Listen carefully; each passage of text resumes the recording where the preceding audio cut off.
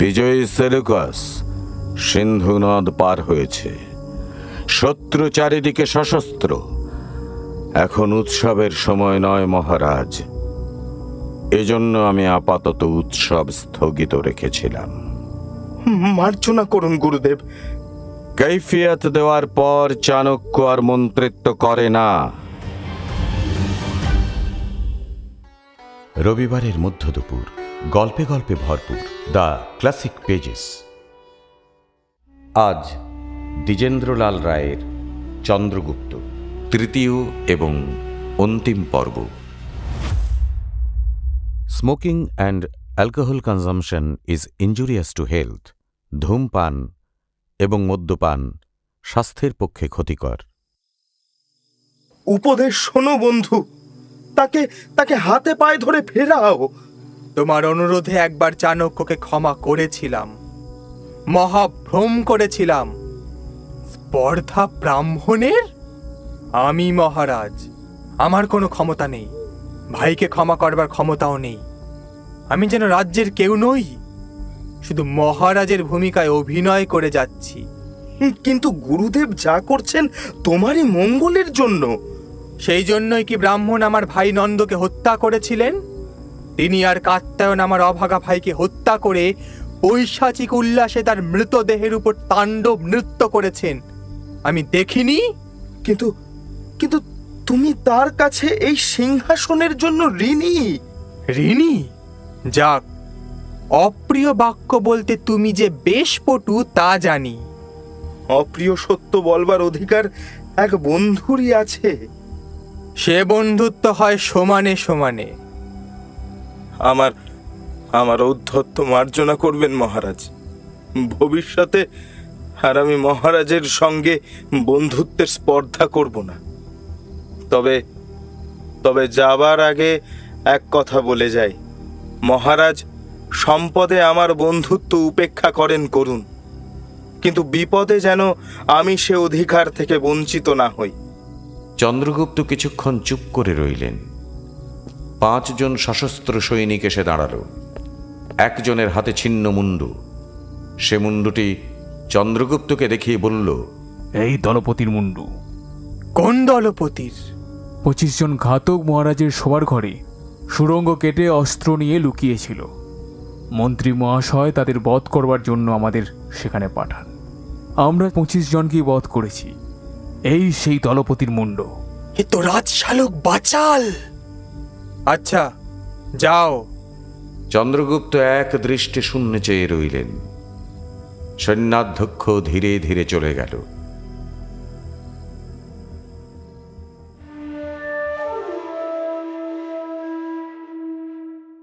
সেলুকাসের শিবির। রাত্রি। সেলুকাস ও কাত্যায়ন কথা বলছিলেন। কিন্তু 6 লক্ষ সৈন্য। চাণক্য মন্ত্রিত্ব পরিত্যাগ করায় তারা এখন বিশৃঙ্খল। আমি সংবাদ নিয়েছি সম্রাট, আপনি আমায় বিশ্বাস করুন, এই আক্রমণের উপযুক্ত সময়। কিন্তু আমার সৈন্য সংখ্যা কম। কোনো ভয়ের কারণ নেই সম্রাট। ভূতপূর্ব মহারাজ নন্দের পক্ষে নগরের অনেক সম্ভ্রান্ত ব্যক্তি আছেন। তাঁরা নিশ্চিত সদল বলে গ্রিক সেনার সঙ্গে যোগ দেবেন। নিশ্চয়তা কি? আমি জানি এ নিশ্চিত। চন্দ্রকেতুর সৈন্য স্বরাজ্যে ফিরে গিয়েছে, তারাও সম্ভবত গ্রিক সৈন্যের সঙ্গে যোগ দেবে। এতক্ষণ যে দিচ্ছে না কেন তাই ভাবছি। সকলেই তোমার মতো বিশ্বাসঘাতক নয় ব্রাহ্মণ। তুমি এ সময় এখানে কেন হেলেন? আমি পাশের ঘরে পাঠ করছিলাম।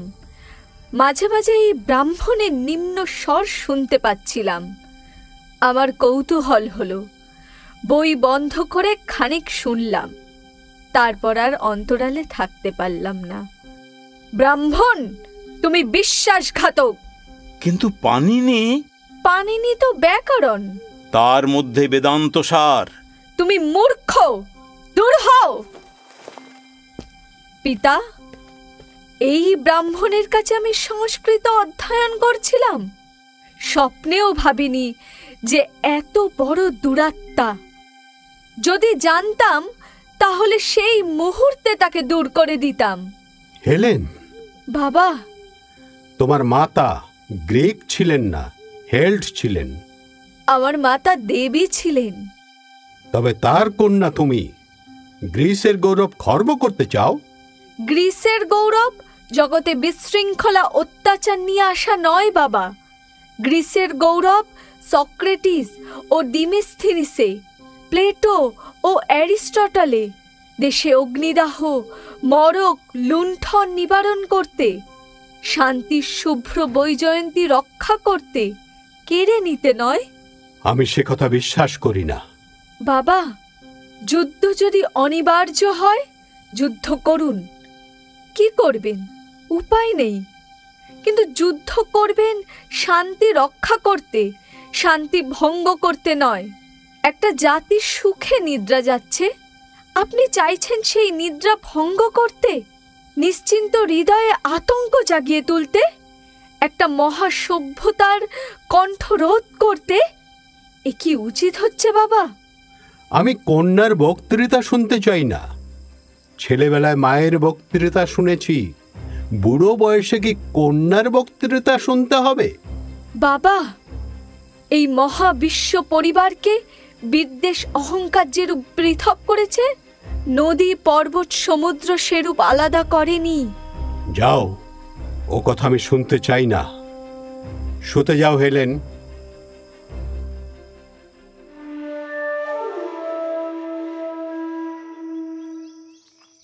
সকালবেলা গ্রিসের গ্রামের একটি নির্জন কুটির থেকে অ্যান্টিগনস ও তার মা কথা বলতে বলতে বের হয়ে এলেন। না, আমি তোর হাতে জলগ্রহণ করব না। আমি শুধু জানতে এসেছি আমার বাবাকে। আমি তোমার মা। স্নেহের কি কোনো ঋণ নেই? স্নেহের ঋণ?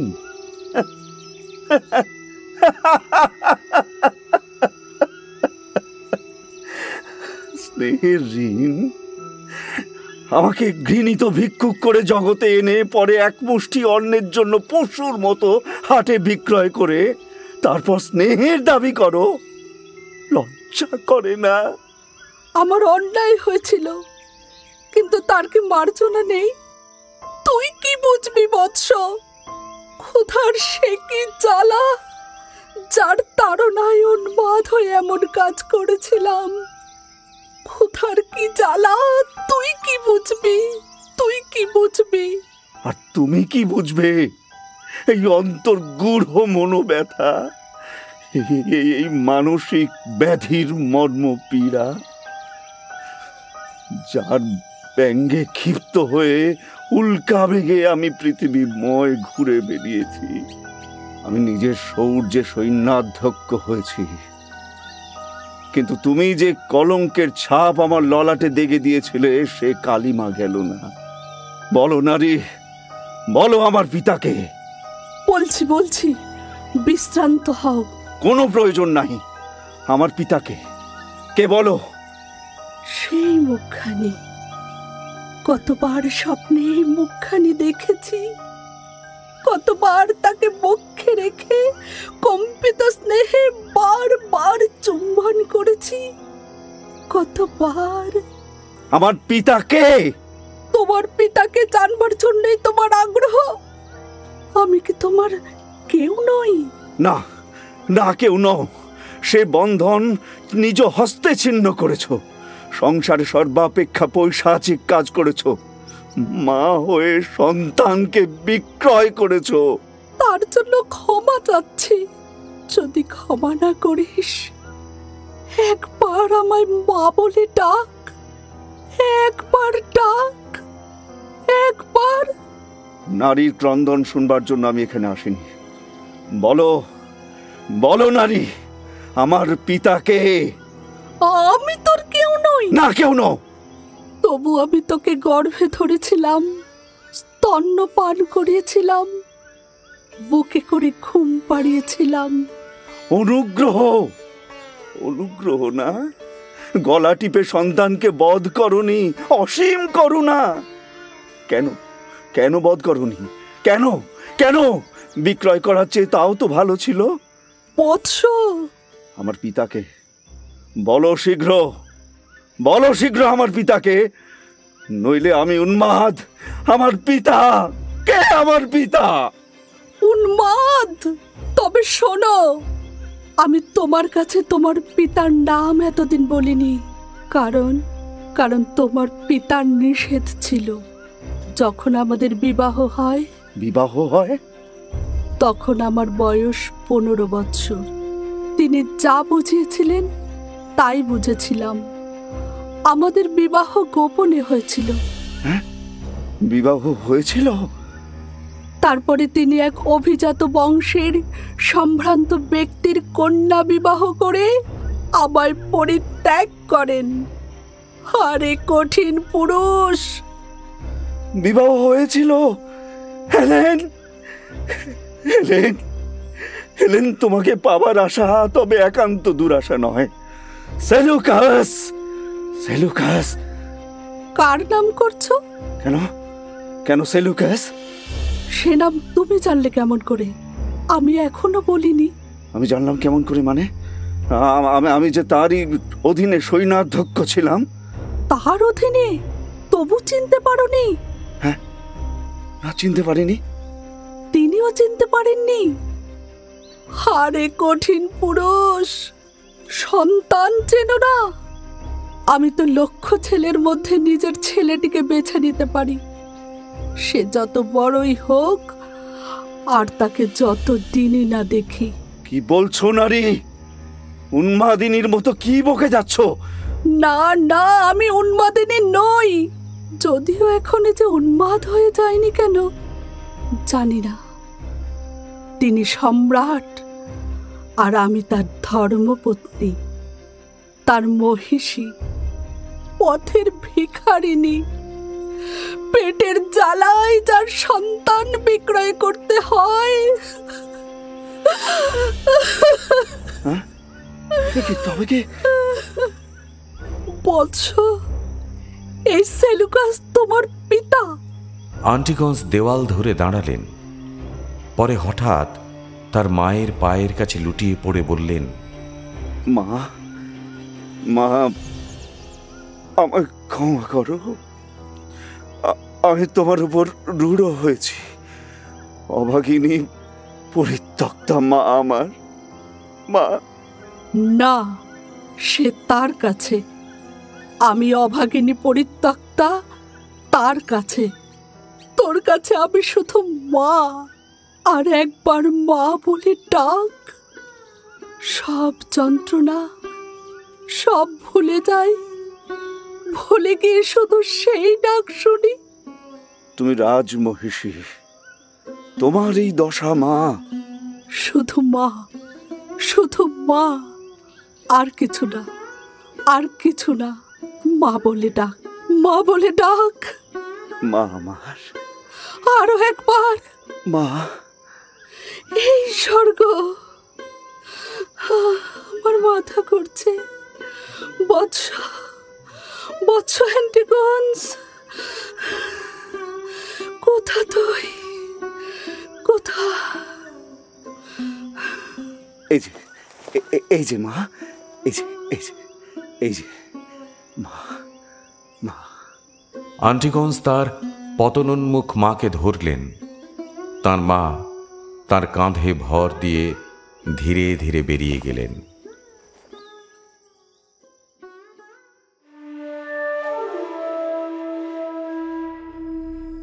চন্দ্রগুপ্তের প্রাসাদে রাত্রিবেলা একা চন্দ্রগুপ্ত। শেষে আমারই প্রজা, আমারই সৈন্য বিপক্ষের সঙ্গে যোগ দিয়েছে। বাইরে শত্রু, ঘরে শত্রু, আর রক্ষা নেই। যাক, যাক, সাম্রাজ্য ধ্বংস হয়ে যাক। আমি যুদ্ধ করব না। আমি নিজের উপর প্রতিশোধ নেব। মগধ সাম্রাজ্য মেঘের প্রাসাদের মতো শূন্যে মিলিয়ে যাক। মহারাজ, কি সংবাদ সৈনিক? দুর্গের দক্ষিণ প্রাকার ভগ্ন হয়ে গিয়েছে। শত্রু সৈন্য দুর্গে প্রবেশ করছে। করুক, যাও। আমি যুদ্ধ করব না। আমি নিজের উপর প্রতিশোধ নেব। আমি আত্মহত্যা করব। মহারাজ। কে তুমি? চলে যাও। শত্রু। শত্রু কে? শত্রু কেউ নয়, তারা পরম বন্ধু। আসতে দাও, যাও, শত্রুকে বন্ধুকে চিনি না, বাইরে শত্রু ঘরে শত্রু, প্রকাণ্ড নদীর মাঝখানে ঝড় উঠেছে, এ তরীর কর্ণধার নেই, চাণক্য নেই যে মন্ত্রণা দেবে, চন্দ্রকেতু নেই যে প্রাণ দেবে। আবার মহারাজ, কে মহারাজ? মহারাজ এখানে কেউ নেই, যাও। ও কি শব্দ? এত রাতে তড়িৎ ধ্বনি, এ কি? এ যে যুদ্ধের কোলাহল। যুদ্ধ? কার সঙ্গে কার যুদ্ধ? ওই আবার আবার রণতরীর শব্দ। চন্দ্রগুপ্ত, তুমি জীবিত না মৃত? এই অগাধ নৈরাশ্যের উপর একবার বিদ্যুৎ খেলিয়ে দিয়ে চলে যাও দেখি, তারপর সব প্রলয় কল্লোলে মিশে যাক। জয় মগধের জয়। চন্দ্রগুপ্ত, এ কি? মা, বিদায় দাও, আমি যাচ্ছি। কোথায়? যুদ্ধে, যুদ্ধে মরব। মরবে কেন বৎস? শত্রু এসেছে, যুদ্ধ করো। বীর তুমি, মরবে কেন? এছাড়া উপায় নেই। বাইরে শত্রু ঘরে শত্রু, কে শত্রু কে মিত্র চিনি না। শত্রু সৈন্য এক সমুদ্র। তথাপি? এর মধ্যে তথাপি নেই। আমি মরতে চাই। ওই যুদ্ধের কোলাহল। সৈনিক, এখনই যুদ্ধে যাব। পার্শ্বরক্ষীদের আজ্ঞা দাও। ওই রণতরীর শব্দ। যাও।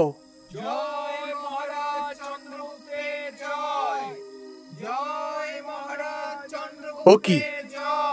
মহারাজ চন্দ্রগুপ্তের জয়? আমি কি স্বপ্ন দেখছি? না এ শত্রুর ব্যঙ্গ জয়ধ্বনি? মহারাজ চন্দ্রগুপ্তের জয়। চাণক্য আর চন্দ্রকেতুর সঙ্গে নির্বাসিত হয়েছে। ওই আবার, আরো আরো কাছে, আরো কাছে। একই একই কানের কাছে এ যে পরিচিত স্বর। এরা কারা? রক্তাক্ত দেহে চন্দ্রকেতু ও ছায়া এবং চাণক্য এলেন সেই প্রাসাদে। স্বপ্ন, স্বপ্ন। এসেছি, এসেছি বন্ধু। গুরুদেবকে পায়ে ধরে নিয়ে এসেছি। আর আর কোনো ভয় নেই। গুরুদেব, রক্ষা করুন। মুরা, বন্ধু, বন্ধু, এক দৃষ্টে চেয়ে রয়েছ কেন? এসো, এসো, এই বিপদে একবার কাঁধে কাঁধ দিয়ে দৃঢ় পদে দাঁড়াই। দুজনের বুকের ওপর যদি পর্বত ভেঙে পড়ে, সে পর্বত চূর্ণ হয়ে যাবে। চন্দ্রকেতু, বন্ধু, ভাই।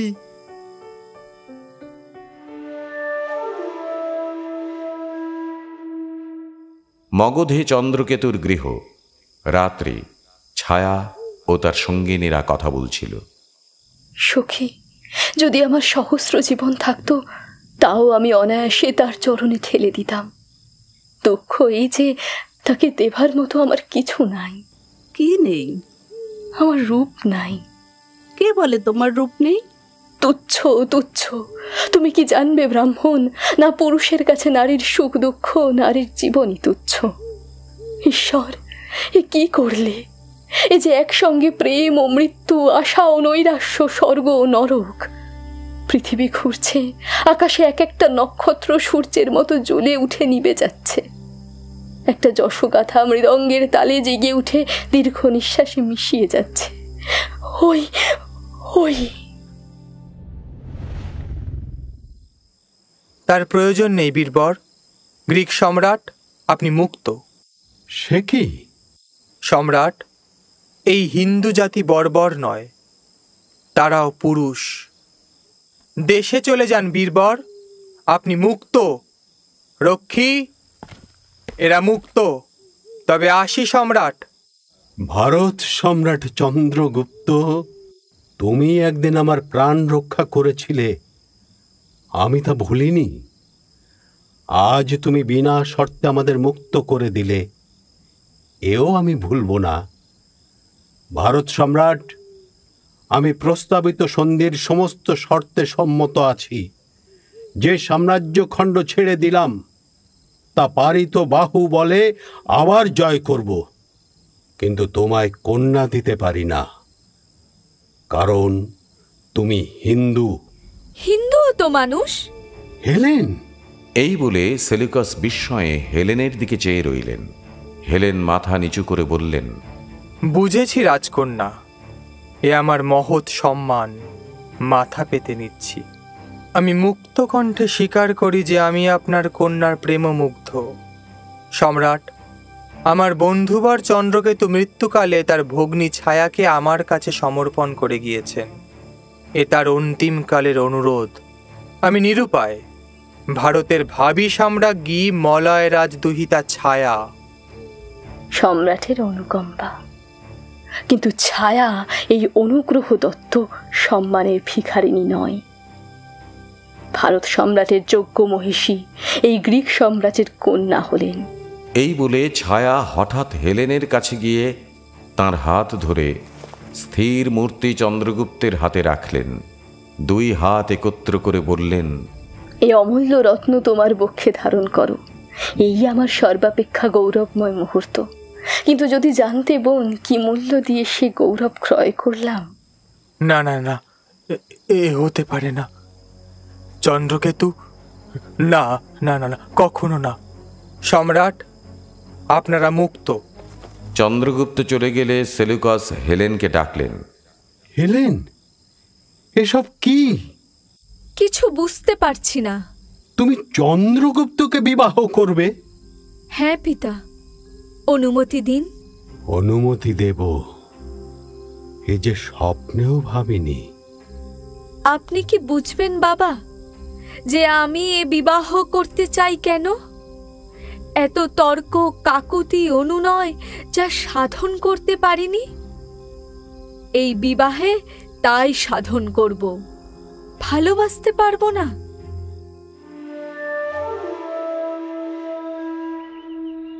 চাণক্যের বাড়ি। একা চাণক্য কি সব যেন বলে চলেছেন। একটা সমুদ্র, তরঙ্গহীন, শব্দহীন, অন্তহীন, যতদূর দেখা যাচ্ছে মৃত্যুর মতো স্থির।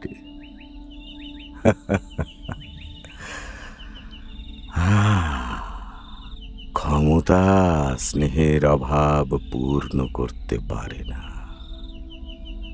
এই সুন্দর প্রভাত, ওই গাঢ় নীলিমা একদিন ছিল। কি? ও, এই যে এসেছ। হ্যাঁ, এসো বন্ধু, এসো। ব্যঙ্গের প্রয়োজন কি চাণক্য? আমি তোমার বন্দী, অন্যায় করেছি, শাস্তি দাও। বন্ধন উন্মোচন করে দাও প্রহরী। এখন আর তুমি আমার বন্দী নও, আর আমাদের মধ্যে প্রভেদ নেই। প্রভেদ নেই বটে, আমার চারদিকে সশস্ত্র প্রহরী। প্রহরী, তোমরা বাইরে যাও। আর আমাদের মধ্যে প্রভেদ নেই বন্ধু। প্রভেদ নেই? তোমার এক ইঙ্গিতে এই মুহূর্তেই আমার জীবনের শেষ মুহূর্ত হতে পারে। আমি বন্দী, আর তুমি একটা বিশাল সাম্রাজ্যের সর্বময় কর্তা। এই নাও, নাও, নাও, এ ছোড়া নাও। হ্যাঁ, আমার বক্ষে আমল বসিয়ে দাও, বসিয়ে দাও, বসিয়ে দাও। তোমার মন্ত্রিত্বের পথ পরিষ্কার করো, পরিষ্কার করো কাত্যায়ন, তোমার মন্ত্রিত্বের পথ পরিষ্কার করো। তোমার অভিপ্রায় কি চাণক্য? আমি সাম্রাজ্যের জঙ্গল পরিষ্কার করে দিয়েছি, এক উষর প্রান্তরকে উর্বর ক্ষেত্রে পরিণত করেছি। তুমি যা পারোনি। এই বিশাল সাম্রাজ্যে একটা ত্রস্ত শান্তি বিরাজ করছে। বাইরে শত্রুরা ত্রস্ত, রাজপথপার্শ্বে সম্পত্তি রেখে পথিক নির্ভয়ে নিদ্রা যেতে পারে, কিন্তু এই বিরাট শান্তি পর্বতের মতো স্থির, নিষ্প্রাণ। না না না না না, আমি পারিনি। তুমি হয়তো পারবে, তুমি পারবে। মন্ত্রিত্ব চাও, ছেড়ে দিচ্ছি। তুমি কোট, তোমার অভিসন্ধি বোঝা আমার অসাধ্য। আমি এই পৈতা ছুঁয়ে বলছি, আমি এই মুহূর্তে মন্ত্রিত্ব পরিত্যাগ করছি তুমি যদি চাও, কিন্তু তুমি মূর্খ। তবু তবু তোমার হৃদয় আছে, তুমি পারবে, আমি পারিনি। সে কি? ব্রাহ্মণের প্রভুত্বকে ক্ষমতার শিখরে উঠিয়ে? সব ভুল। হৃদয়কে উপবাসী রেখে শাসন করা চলে না। এ ব্রাহ্মণের নির্জীব ক্ষমতাকে পুনরায় মন্ত্র বলে গড়ে তুলতে পারি, কিন্তু ব্রাহ্মণের ব্রাহ্মণত্ব ফিরিয়ে আনতে পারি না। শূদ্রকে চোখ রাঙিয়ে শাসাতে পারি, কিন্তু তার হৃদয়কে আবার ভক্তির স্রোত বহাতে পারি না। রাক্ষসী, আমায় আমায় কোথায় নিয়ে এসেছিস? আমি কি করেছি? কি করেছি? কি করেছ? ওই বৌদ্ধ ধর্মের বন্যা আসছে। আমি দূর ভবিষ্যতে কি দেখছি জানো? কি? এই বিখণ্ড সাম্রাজ্যের উপর প্রেতের ভৈরব নৃত্য। তারপর এক মহাশক্তি এসে এই গলিত সবের উপরে তার জাদুদণ্ড দুলিয়ে সেই বিখণ্ড মাংসপিণ্ডগুলিকে এক করে নূতন শক্তিতে সঞ্জীবিত করবে। তারপর ন্যায় শাসনে ব্রাহ্মণ শূদ্রকে চষে সমভূমি করবে। নাও নাও এ মন্ত্রিত্ব কাত্যায়ন। কি দামে বিকোচ্ছে? তোমার বন্ধুত্ব চাই, এই মাত্র। উত্তম অভিনয়। অভিনয় নয়, বিশ্বাস করো বন্ধু, আজ আমি বড়দিন।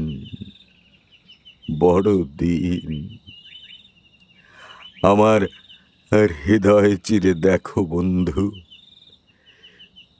এক শুষ্ক মরুভূমি, এক কণা করুণা নেই, স্নেহ নেই, বিশ্বাস নেই, শ্বাসও নেই। খোসা নিয়ে কি করব? ভেঙে টেনে ছুঁড়ে ফেলে দিই। আশ্চর্য!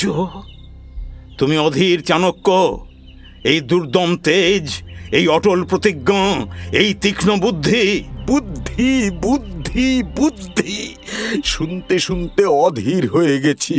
পথে ঘাটে প্রান্তরে বিশ্বশুদ্ধের ওই এক কথা, চাণক্যের কি বুদ্ধি। সমস্ত জগৎ নির্নিমেষ বিস্ময়ে আমার পানে চেয়ে দেখছে।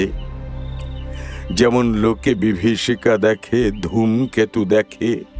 যে বুদ্ধিকে এতদিন আমি দৈব বাণীর মতো অনুসরণ করে এসেছি, সে বর নয়, সে অভিশাপ। এখন সে ফিরে দাঁড়িয়েছে, তার মুখ দেখতে পেয়েছি। সে সজীব মূর্তি নয়, সে কঙ্কাল। সে এতদিন আমায় চালিয়ে নিয়ে যাচ্ছিল, এখন তাড়া করছে। ভয়ঙ্কর, ভয়ঙ্কর। তুমি ক্ষিপ্ত হয়েছ চাণক্য। এই যে এই সুন্দর প্রভাত, ধরণী বিবাহের কন্যার মতো সেজেছে। তার মুখের উপর সূর্যের স্বর্ণরশ্মি ঈশ্বরের আশীর্বাদের মতো এসে পড়েছে। আর সৃষ্টি ছাড়া আমি দ্বারস্থ ভিক্ষুকের মতো দাঁড়িয়ে তাই দেখছি। চাণক্য, চাণক্য! এই সুন্দর হাস্যময় জগৎ, আর আমি তার কেউ নই, কেউ নই। একা আমি এই অসীম সৌন্দর্য রাজ্য থেকে নির্বাসিত। বিশ্বে অমৃতের সমুদ্রের ঢেউ বয়ে যাচ্ছে, আর পঙ্গু আমি তাপিত তৃষিত হৃদয়ে তীরে ছটফট করছি। তপবনের প্রান্তে শুকরের মতো পল্লল পঙ্কে পড়ে আছি। আশ্চর্য, এই রূপ কখনো দেখিনি। তবু একদিন ছিল, হ্যাঁ একদিন ছিল, যেদিন সংসার আমার কাছে উৎসব মন্দির বলে মনে হতো। পৃথিবীর উপর দিয়ে সৌন্দর্য উচ্ছ্বসিত হয়ে যেত, আকাশ ইন্দ্রধনু বর্ণে রঞ্জিত মনে হতো। তারপর হ্যাঁ, সেই স্বর, কাত্যায়ন বন্ধু, ডেকে আনো, ডেকে আনো। কাকে? ওই ভিক্ষুক আর ভিক্ষুক বালাকে। সে কি? তুমি কি? যাও, যাও ভাই, যাও। কেন এমন হয়? ওই বালিকার স্বর শুনে কেন এমন হয়? আর ওই ভিক্ষুকের কণ্ঠে কি আছে? কেন এমন হয়? থেকে কি সঙ্গীত ভেসে আসে ওই মহাসিন্ধুর পার। এমন দার্শনিক ভিক্ষুক তো পূর্বে কখনো দেখিনি। তৎপুরুষ সমানাধিকরণ পদ কর্মধারায়, অর্থাৎ কিনা সেই এক পুরুষ প্রকৃতির সহিত সমগুণান্বিত হইলে, অর্থাৎ জীবভাবে জন্মগ্রহণ করিলে কর্মধারণ করায়, আর কাজেই কর্মফল ভোগ করে।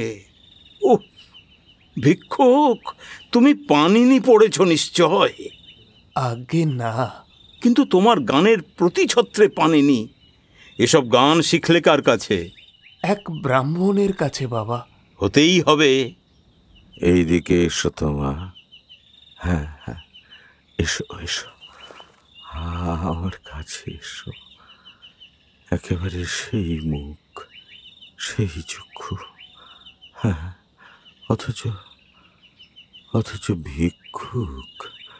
হ্যাঁ, একটা কথা জিজ্ঞাসা করি, এ তোমার কন্যা? সত্য বলো। আমারই বই কি, আর কার? সত্য বলো, তোমায় প্রচুর অর্থ দেব। সত্য বলো। না বাবা, এ আমার মেয়ে নয়। পথে মানিক কুড়িয়ে পেয়েছি। তবে তবে সেই অবধি তাকে নিজের মেয়ের মতোই মানুষ করেছি বাবা। তবে তোমার মেয়ে নয়? না বাবা, কুড়িয়ে পেয়েছি। কোথায় পেলে? ভগবান দিয়েছেন, নইলে এই অন্ধ বুড়োকে কে হাত ধরে নিয়ে বেড়াতো? কি পুণ্যে মাকে পেয়েছি জানি না। ডাকাতি করে খেতাম, এখন সেই পাপে চক্ষু দুটি হারিয়েছি। দস্যু ছিলে, ব্যবসা ছেড়ে দিয়েছ? দিয়েছি বই কি বাবা। কার ঘাড়ের উপর 10টা মাথা আছে বাবা, যে চন্দ্রগুপ্তের রাজ্যে ডাকাতি করে? মেয়ে কোথায় পেলে? অবন্তিপুরে বাবা। অবন্তিপুরে? অবন্তিপুরে? অবন্তিপুরে কোন জায়গায়? কোন জায়গায়? পথে। না, এক ব্রাহ্মণের ঘর থেকে চুরি করে এনেছিলে? সত্য বলো, সত্য বলো, কোনো ভয় নেই। চুরি করেছিলে? না বাবা। হত্যা করব, সত্য বলো। ডাকাতি করে এনেছিলে? হ্যাঁ বাবা। নদীর ধারে বাড়ি? আগে হ্যাঁ। হৃদয়, হৃদয়, উদ্বেল হয়েও না, উদ্বেল হয়েও না। তখন এর বয়স 3 কি 4 বৎসর বাবা। এর নাম বলেছিল? আত্তিরি। আত্রেয়ী? শুনছো কাত্যায়ন? বলেছে আত্রেয়ী। এর বাপের নাম? চাণক্য। দস্যু? না না না না, তোমায় মারবো না, তোমায় মারবো না, তোমার কেশাগ্র স্পর্শ করবো না। কোনো ভয় নেই, কোনো ভয় নেই। কাত্যায়ন, কাত্যায়ন, না না, রক্ষী, না না, যাও যাও যাও যাও যাও রক্ষী। ভিক্ষুক, আমি সেই ব্রাহ্মণ। এ কন্যা আমার। আমার আমার মেয়েটি কেড়ে নিও না বাবা। এই এই আমার অন্ধের নড়ি, খেতে পাবো না। তোমায় এক রাজ্যখণ্ড দেব। দস্যু দস্যু, তুমি আমায় পথের ভিখারি করেছো, তুমি আমায় সম্রাট করেছো, তুমি আমায় নরকে নিক্ষেপ করে আবার স্বর্গে উঠিয়েছ। আমি তোমায় বধ করে তোমার মূর্তি গড়িয়ে পুজো করব। হ্যাঁ, না না না না না না না, এ কি আনন্দ না দুঃখ? হ্যাঁ হ্যাঁ, যে না না না, একটা কিছু করতে হবে যাতে বুঝতে পারি যে আমি বেঁচে আছি।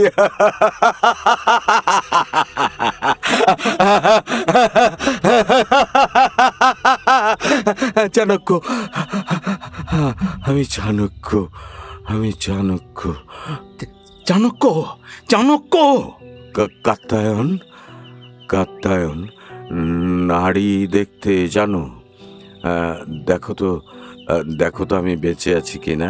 দেখো তো, এ ইহকাল না পরকাল, এ স্বপ্ন না সত্য, এ আলোকের উচ্ছ্বাস না অন্ধকারের বন্যা, এ সৃষ্টির সঙ্গীত না প্রলয় কল্লোল। দেখো তো,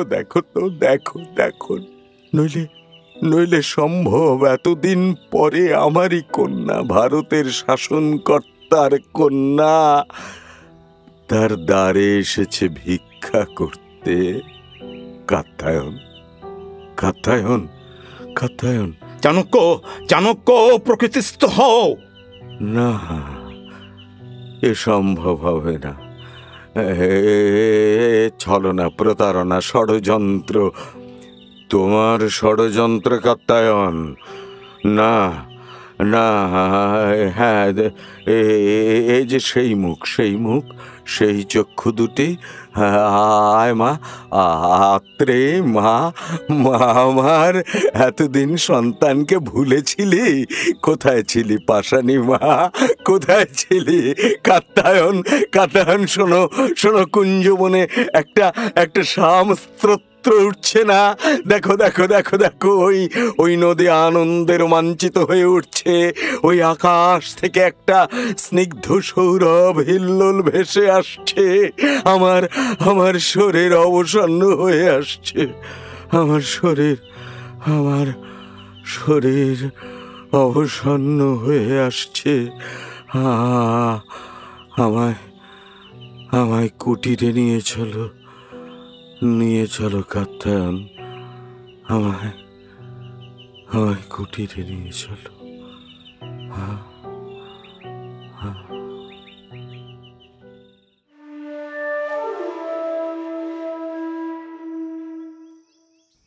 মলয় রাজপ্রাসাদ। রাজ্ঞী ছায়া এসে দাঁড়াতেই মলয় রাজ কর্মচারী ও মগধের রাজদূত দুজনেই সসম্ভ্রমে সরে দাঁড়ালেন। সবাই তাকে অভিবাদন করলেন। আগন্তুক বললেন, রাজ্ঞীর জয় হোক। আপনি আমার সাক্ষাৎ চেয়েছিলেন? হ্যাঁ রাজ্ঞী। প্রয়োজন? আমি মগধ থেকে নিমন্ত্রণ পত্রের বাহক হয়ে এসেছি। সংবাদ শুভ? হ্যাঁ রাজ্ঞী। ছায়া চিঠিখানি পড়তে পড়তে বিচলিত হলেন। চিঠিখানি দূরে ছুঁড়ে ফেলে দিয়ে তিনি বললেন, ভারত সম্রাজ্ঞীর অনুরোধ। কে সে সম্রাজ্ঞী? না, আমি যাব। মন্ত্রী, রাজভাণ্ডারে যত মহার্ঘ রত্ন আছে তাই দিয়ে এক কণ্ঠহার গড়াতে দাও। স্বর্ণকার ডাকো। যে আজ্ঞা। আর পরশ্ব প্রভাতে আমার মগধ যাত্রার আয়োজন করো। যে আজ্ঞা। একে বিশ্রামাগারে নিয়ে যাও। সেলুকাসের শিবিরে সেলুকাস একা দাঁড়িয়ে। দূরে সৈন্যদের দেখা যাচ্ছে। চন্দ্রগুপ্তের সঙ্গে হেলেনের বিবাহ শেষে তাও হলো। ওই নগরে উৎসব কোলাহল গ্রীষ্মের লজ্জা বিঘোষিত করছে। কই, হেলেন তো এখনো এলো না। সে উৎসবে মত্ত। আর কি তার বৃদ্ধ পিতাকে মনে আছে? সন্তান শুধু সামনের দিকে চেয়ে দেখে, পিছনের দিকে একবার ফিরেও চায় না। তার কাছে ভবিষ্যৎ সব, পিতা অতীত। পুত্রকে শিক্ষা দিয়ে আর কন্যার বিবাহ দিয়ে তারপরে পিতা কি আর সুখে জীবন ধারণ করতে পারে? জানি না। সন্তানরা তো আর তাদের চায় না। কি নিষ্ঠুর এই পিতার ভাগ্য! তার অগাধ স্নেহের কোনো প্রতিদান নেই। এই যে হেলেন, হেলেন, আমি এতক্ষণ ধরে তোমারই প্রতীক্ষা করছিলাম। আমি নিজেই এসেছি আপনাকে রাজসভায় নিয়ে যেতে। আসুন বাবা। না, আমি যাব না, তাই তোমায় ডেকে পাঠিয়েছিলাম। আমি আপনাকে নিয়ে যাব বলে এসেছি। না হেলেন, আমি যাব না। কেন বাবা? আপনার কন্যার বিবাহ উৎসবে আপনি যাবেন না? না মা, আমি এখান থেকেই বিদায় নিচ্ছি। বুঝেছি। আচ্ছা, যাওয়া না যাওয়া আপনার ইচ্ছা। আমি জোর করে তো আপনাকে নিয়ে যেতে পারি না। আপনি তো আমার বন্দী নন। হেলেন, আমার উপর অভিমান করো না। না বাবা, আপনার উপর আমার এমন কি দাবি আছে যে আমি আপনার উপর অভিমান করব? যার কাছে অভিমান খাটত তিনি। না, যাক বাবা, তবে বিদায় দিন। এত শীঘ্র? মুহূর্তকাল বিলম্ব সইছে না। আরে মূঢ় পিতা, এত স্নেহের, এত যত্নের, এত আদরের কন্যা একদিনে একেবারে পর। তোর আর কেউ না হেলেন। কন্যা আমার, আজ আমি তোর আর কেউ নই, অথচ আমি তোর বাপ, আর আর জন্মাবধি আমি তোর মা। না বাবা, আমায় ক্ষমা করুন। আমি অন্যায় বলেছি। বাবা, বাবা, এ কি? আপনার চোখে জল? এ তো দেখতে পারি না বাবা। আমায় মার্জনা করুন। এই শেষবার, আর চাইব না। ওঠ মা, ওঠ। তোর কোনো অপরাধ নেই, অপরাধ আমার। তুই কি বুঝবি পিতার গভীর বেদনা? যখন কথা ফোটেনি তখন তোকে হাতে গড়ে তুলে সেই কন্যাকে চিরজন্মের মতো বিদায় দেওয়ার যে কি দুঃখ, তুই বুঝবি কি মা? পুত্র কন্যারা যে একবার পিতার দিকে চেয়েও দেখে না, সে তো স্বাভাবিক। তাদের অপরাধ কি? পৃথিবীর নিয়মই এই। অপরাধ আমাদের, যে কথা জেনেও আমাদের অগাধ স্নেহের প্রতিদান প্রত্যাশা করে হৃদয়ে বেদনা পাই, সব অপরাধ এই পিতাদের। সে কি বাবা, বিদায়ের দুঃখ কি একা পিতার? এই সময় পিতামাতাকে ছেড়ে যেতে কন্যার বুক ফেটে যায় না? পিতাই ভালোবাসতে জানে, কন্যা জানে না। না মা, না, তোরাও ভালোবাসিস। না, আমরা কিছু ভালোবাসি না। না, বাসিস। আমি মিথ্যা কথা বলেছি। বাবা, নারীর জীবনী যে এক ভালোবাসার ইতিহাস। প্রথমে পিতামাতা, পরে পতি, পরে পুত্র কন্যা, এই নিয়েই যে তার ক্ষুদ্র সংসার। সেখানেই তার আশা, ভরসা, আনন্দ। আর যদি পরে স্বর্গ থাকে, তো এই স্নেহই তার স্বর্গ। স্নেহই তার বিহার, শয়ন, নিদ্রা, স্বপ্ন, আহার, নিঃশ্বাস। আমরা ভালোবাসি না? মা, মা, আমি অত্যন্ত অন্যায় বলেছি। বাবা, আপনার প্রতি স্নেহের জন্য আমি আন্টিগঞ্জকে বিবাহ করিনি, জানেন? জানেন বাবা? আজ এই সমস্ত নগর জুড়ে যে উৎসব, সকলে হাসছে, কৌতুক করছে, উৎসবের আয়োজন করছে।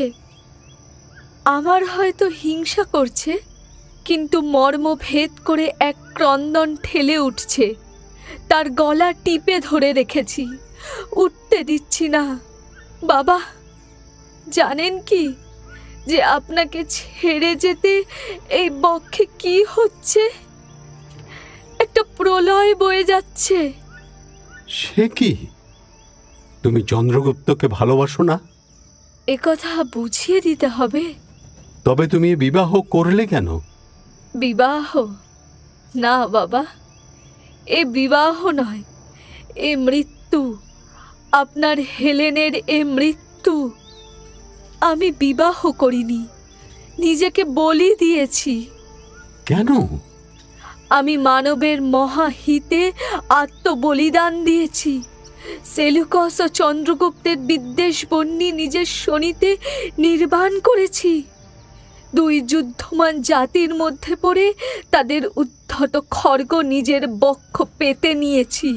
কেন তুমি এ কাজ করলে হেলেন? এ বিবাহ আমার বক্ষে মর্মশেল বিদ্ধ করেছে ঠিকই, কিন্তু একবার তোমার ইচ্ছার অন্তরায় হয়েছিলাম। আর হতে চাইনি বলে তোমার সুখের জন্য এই বিবাহে সম্মতি দিয়েছিলাম।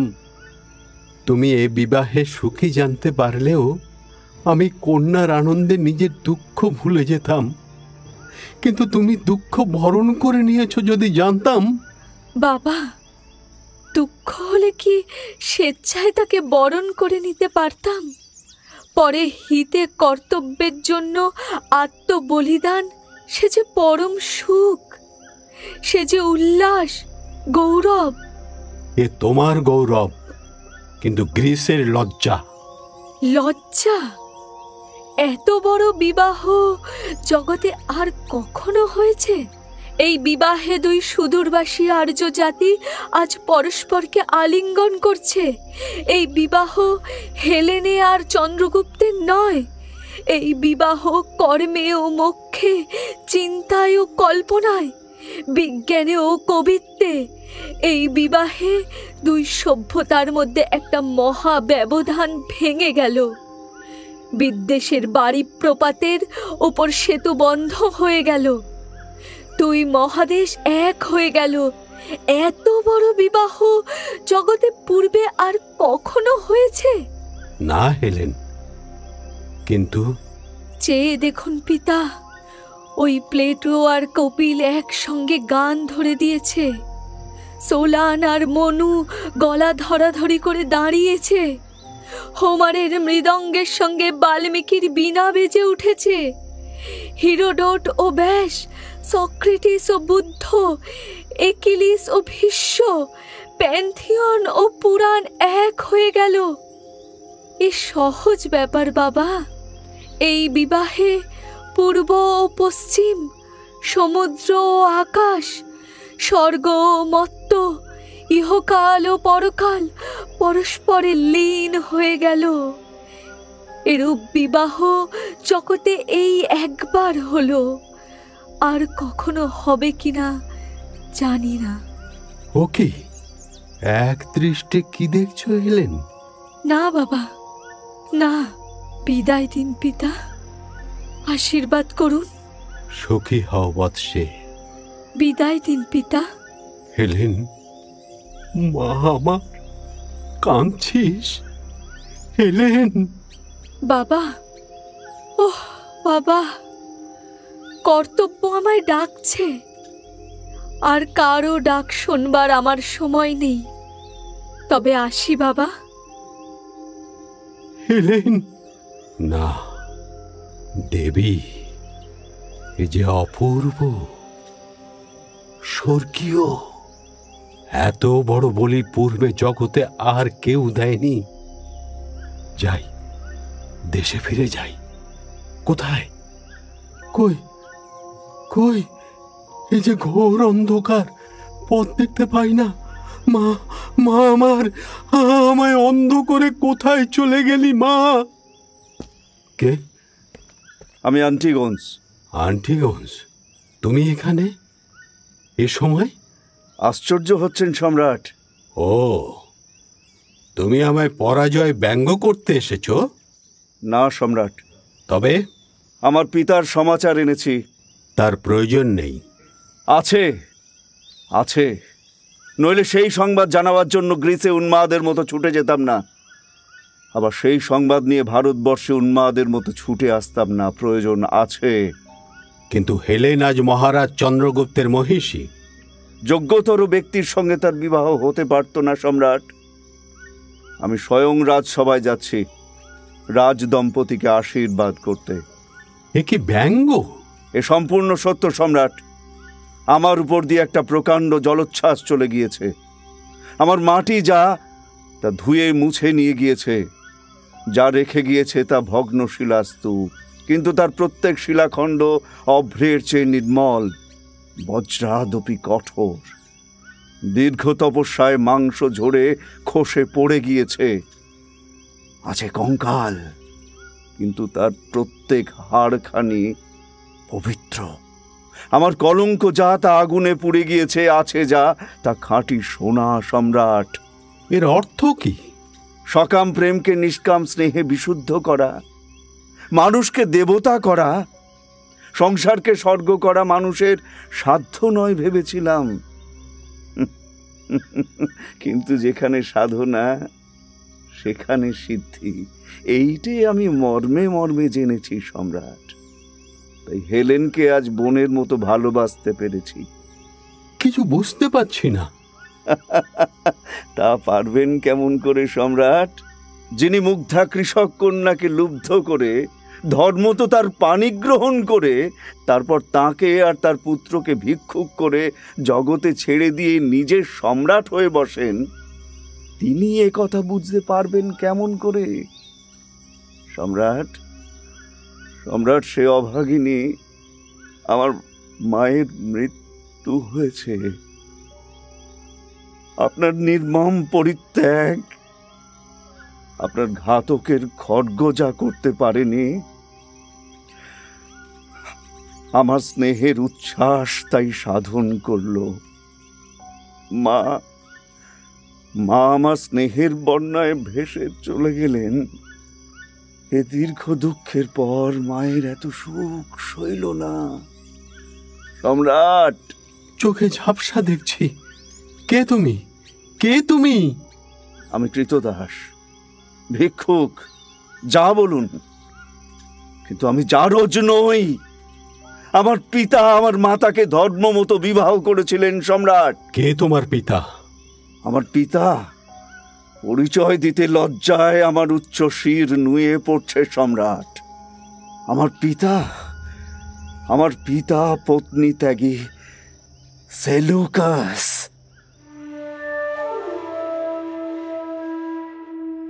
মগধের প্রাসাদ, নানা রঙের পতাকা উঠছিল, দূর থেকে ভেসে আসছে যন্ত্রসঙ্গীতের সুর। সামনে চাণক্য, কাত্যায়ন ও আত্রেয়ী।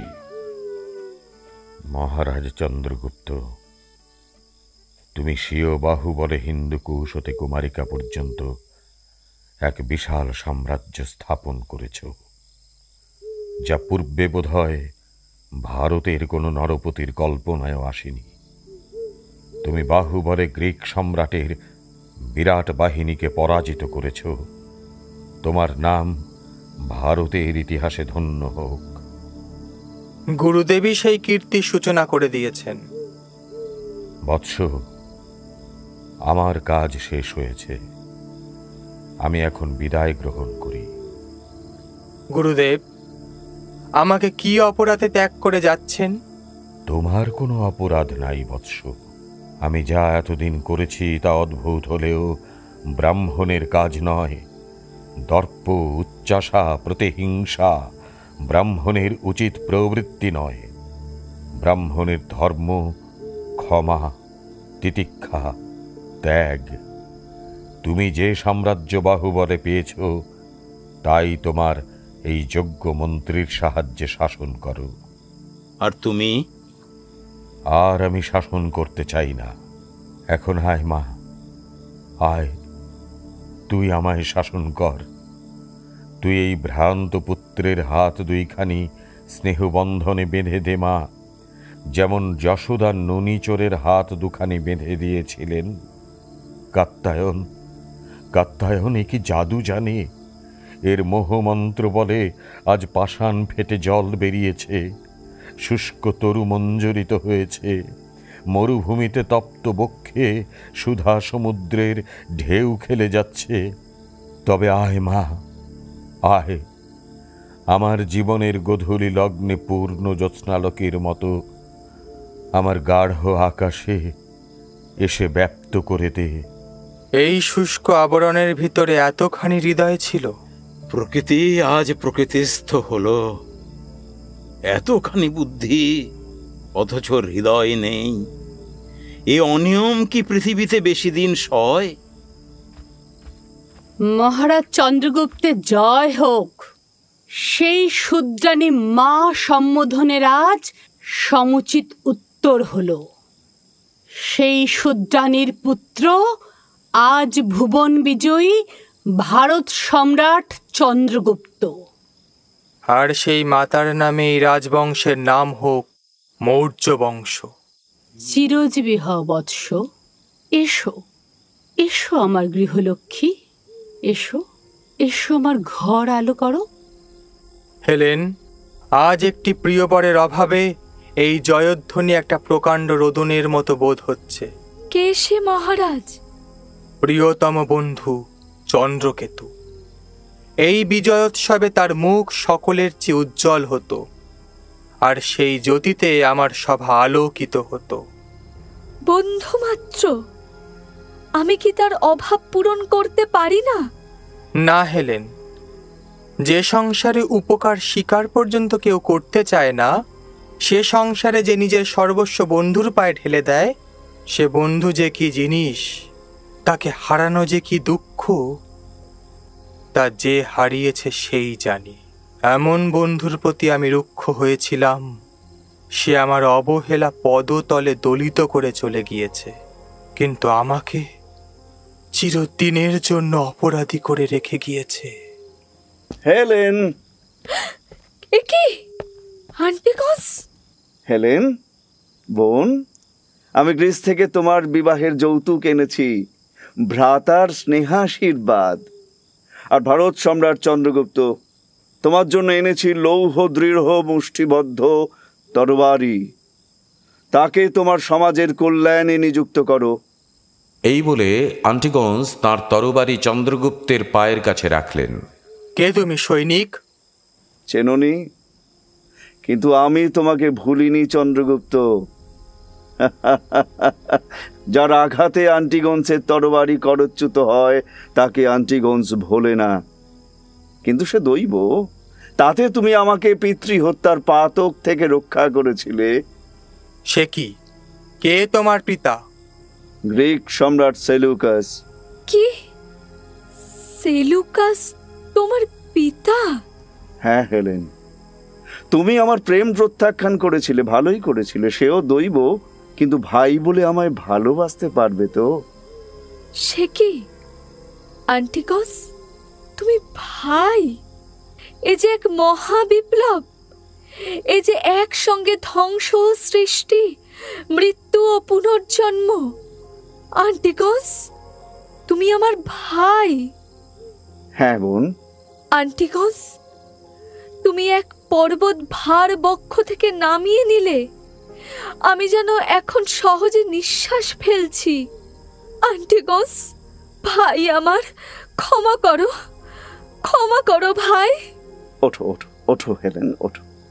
চন্দ্রগুপ্ত, চন্দ্রগুপ্ত, তুমি যে রত্ন পেলে সযত্নে বক্ষে ধারণ করো। এহেন রত্ন জগতে আর একটিও নেই চন্দ্রগুপ্ত।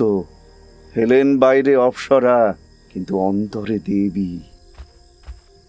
ভারত সম্রাট ও ভারত সম্রাজ্ঞীর জয় হোক। এই যে ছায়া, এসো ছায়া।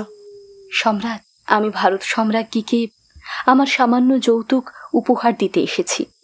অনুমতি হয়তো আমি স্বহস্তে এই রত্নহার সম্রাজ্ঞীর গলায় পরিয়ে দিয়ে যাই। কোথায় যাবে ছায়া? এই বিপুল ব্রহ্মাণ্ডে সন্ন্যাসিনী ছায়ার একটু স্থান হবে কিনা? ছায়া, চন্দ্রকেতু আমায় পরিত্যাগ করে গিয়েছেন, তুমিও আমায় পরিত্যাগ করে যেও না। তাই হোক, আমি এই অভিমান চূর্ণ করব। এই মহা অগ্নি পরীক্ষা থেকে আমি পালাবো না। আমি আপনার ভগ্নীর মতো আপনার পার্শ্বে থেকে রাজদম্পতির সুখে সুখী হব।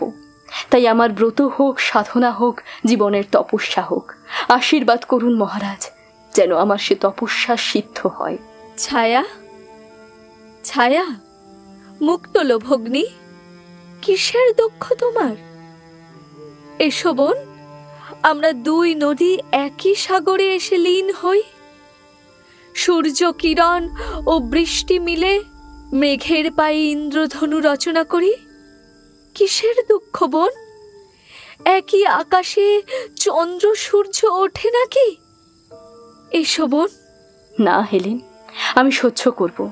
যদি সহ্য করতেই না পারবো, তবে নারী জন্ম গ্রহণ করেছি কেন? এসো হেলেন, আমি তোমার গলায় রত্নহার পরিয়ে দিই। এ মুখ, এ সৌন্দর্য, এ মহৎ হৃদয় হবে না। তুমি আমার চন্দ্রগুপ্তকে সুখী করতে পারবে, আর কোনো দুঃখ নাই। এসো হেলেন, এসো। এই বলে ছায়া রত্নহার হেলেনের গলায় পরিয়ে দিতে গেলে হেলেন তার হাত দুটি ধরে বললেন, তুমি ভুল করছো ছায়া। এই হার কাকে পরিয়ে দিতে হবে দেখিয়ে দিই, এসো। এই বলে হেলেন ছায়ার হাত দিয়ে মালাটি চন্দ্রগুপ্তের গলায় পরিয়ে দিলেন। ছায়ার বাহু দুটি টেনে নিয়ে নিজের গলায় জড়িয়ে নিয়ে বললেন, তার চেয়ে এই মহামূল্য হার আমার গলায় পরিয়ে দাও। ছায়া, ছায়া, তুমি চন্দ্রগুপ্তের ভগ্নী নও, তুমি আমার ভগ্নী।